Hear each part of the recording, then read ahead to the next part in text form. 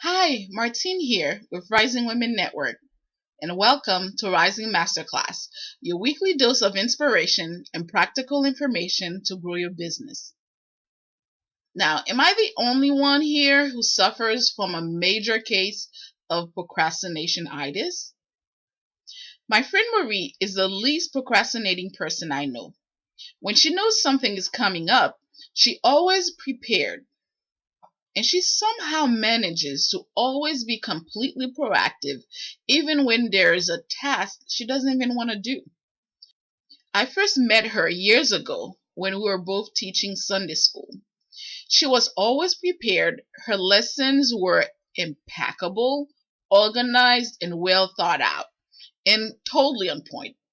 As a result, her class was always calm and in control. Now, my class, not so much.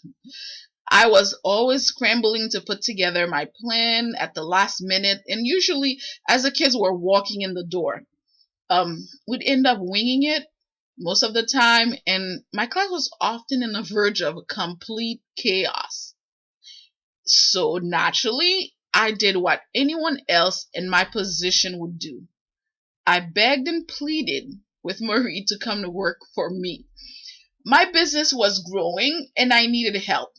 And I knew her calm would be the perfect balance for my chaos. And thankfully, after many asks, she finally relented. And I seriously don't know what I would have done without her. And even now, I am constantly in awe of her ability to never procrastinate. Because I don't know about you, but that's a skill that I definitely do not possess. I am great at getting things done that I want to do, but the stuff that I'd rather not do, well, that can always wait for another day.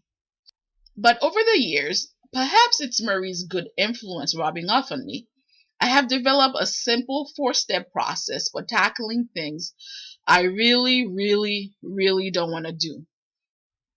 And if you also happen to be suffering from procrastination-itis right now, they might just help you too. In this episode, I'll be telling you about a 4-step process I developed for tackling those things I really don't want to do. Let's get started.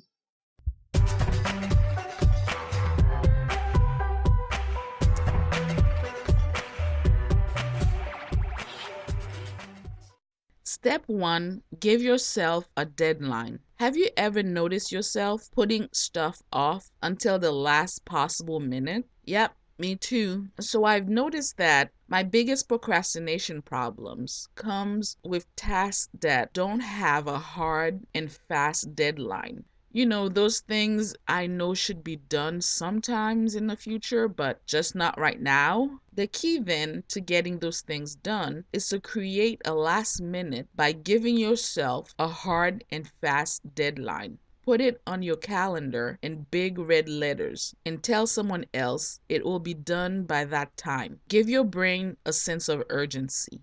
Step 2, block out time. Once you've got a hard and fast deadline to work towards, the next step is blocking out time in your calendar to work on, say, project or task. Figure out how long you think you'll need. Then make a 60 to 90 minute appointment with yourself to get it done. If you think the task will take longer than 90 minutes, block out more time, but schedule a break in between time blocks. Step 3, take away all other distractions. When it comes time to work on your dreaded task, make sure to eliminate any distractions that will allow you to procrastinate even more. Turn off your phone and the internet, pop a movie in for the kids, find a quiet place to work, give yourself the gift of focus just for the next hour. Step 4, set up the timer. Tell yourself that you only have to work on this thing that you don't want to do for the next hour. You can do anything for an hour, right? Then set the timer and get to work.